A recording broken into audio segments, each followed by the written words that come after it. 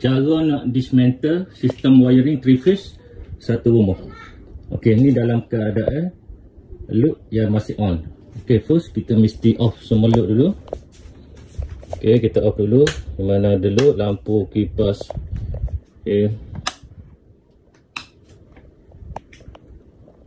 DOS starter off. Isolator. Switch aircon, water heater. Okey, ni loceng.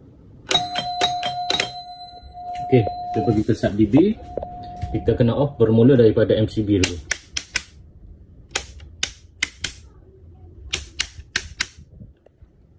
Off RCCB.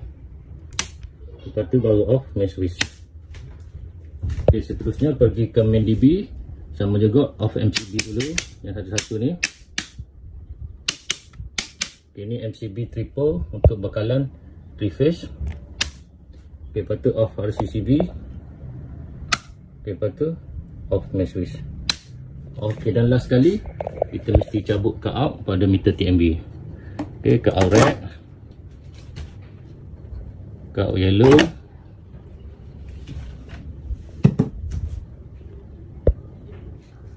cut out blue.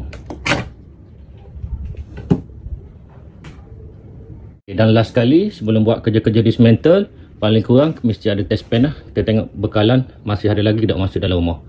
Ok, ni incoming dia. Ok, red ada, yellow ada, blue ada. Ok, yang pergi outgoing dia. Ok, tak ada. Ok, tak ada. Tak ada. Ok, pergi ke meter. Lepas tu check juga dalam rumah. Ok, ni tak ada. Tak ada. Tak ada. Check dekat sub DB, tak ada, tak ada, tak ada. Alhamdulillah, jadi boleh mulakan kerja-kerja untuk dismantle.